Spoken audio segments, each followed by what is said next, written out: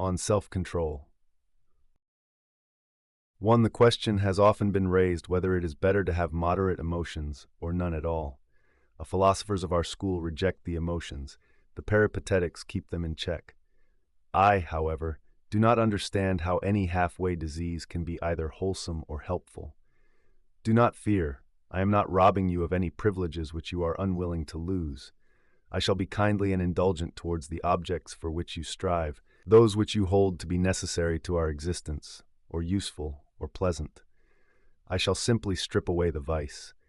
For after I have issued my prohibitions against the desires, I shall still allow you to wish that you may do the same things fearlessly and with greater accuracy of judgment, and to feel even the pleasures more than before. And how can these pleasures help coming more readily to your call, if you are their lord rather than their slave? But, you object, it is natural for me to suffer when I am bereaved of a friend. Grant some privileges to tears which have the right to flow. It is also natural to be affected by men's opinions, and to be cast down when they are unfavorable. So why should you not allow me such an honorable aversion to bad opinion? There is no vice which lacks some plea. There is no vice that at the start is not modest and easily entreated, but afterwards the trouble spreads more widely. If you allow it to begin, you cannot make sure of its ceasing. 3. Every emotion at the start is weak. Afterwards, it rouses itself and gains strength by progress. It is more easy to forestall it than to forego it. Who does not admit that all the emotions flow as it were from a certain natural source? We are endowed by nature with an interest in our own well-being, but this very interest, when overindulged, becomes a vice. Nature has intermingled pleasure with necessary things, not in order that we should seek pleasure, but in order that the addition of pleasure may make the indispensable means of existence attractive to our eyes. Should it claim rights of its own, it is luxury. Let us therefore resist these faults when they are demanding entrance, because, as I have said, it is easier to deny them admittance than to make them depart. 4. And if you cry, one should be allowed a certain amount of grieving and a certain amount of fear. I reply that the certain amount can be too long drawn out, and that it will refuse to stop short when you so desire.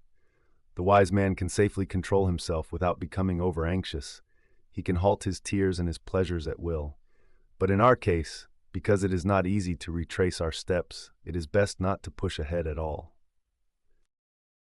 5. I think that Panicius gave a very neat answer to a certain youth who asked him whether the wise man should become a lover. As to the wise man, we shall see later. But you and I, who are as yet far removed from wisdom, should not trust ourselves to fall into a state that is disordered, uncontrolled, enslaved to another, be contemptible to itself. If our love be not spurned, we are excited by its kindness. If it be scorned, we are kindled by our pride.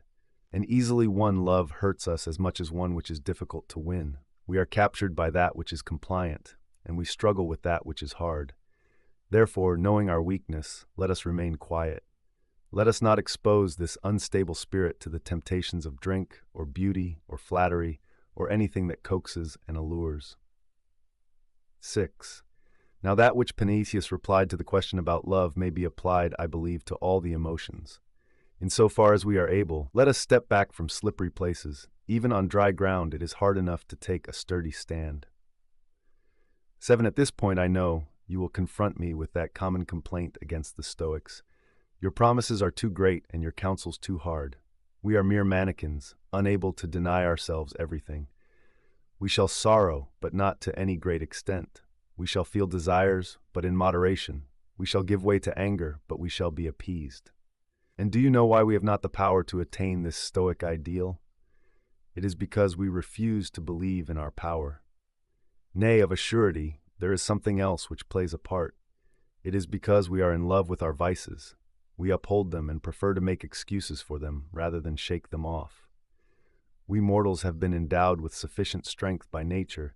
If only we use this strength, if only we concentrate our powers and rouse them all to help us, or at least not to hinder us. The reason is unwillingness, the excuse, inability. Farewell.